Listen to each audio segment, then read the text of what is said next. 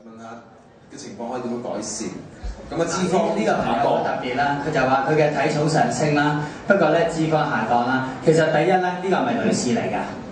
如果女士咧，留意係咪內分泌嘅問題？第一，第二咧，當你如果係有少少作感冒，或者你有即係呢啲免疫系統方面嘅毛病啦，傷風感冒都好啦，你食極中超咧，好多人因為入邊個抗氧化程度好高，你個免疫系統就會提升，有時咧就會 hold 水嘅。知唔知 hold 水咩用啊？幫你稀釋啲垃圾。幫你稀釋啲垃圾，啲病菌即係各方面去同你稀釋，所以你可能會有少少水腫嘅。咁但係你嘅脂肪比例下降緊咧，其實冇乜問題嘅。當你調完就冇嘢啦。但我估計咧應該係內分泌嘅問題。點解內分泌問題？好犀利啊！呢個水腫加重，我數一直上升，但係呢個脂肪下降喎，咁呢個咧，我估計係內分泌失調嘅問題。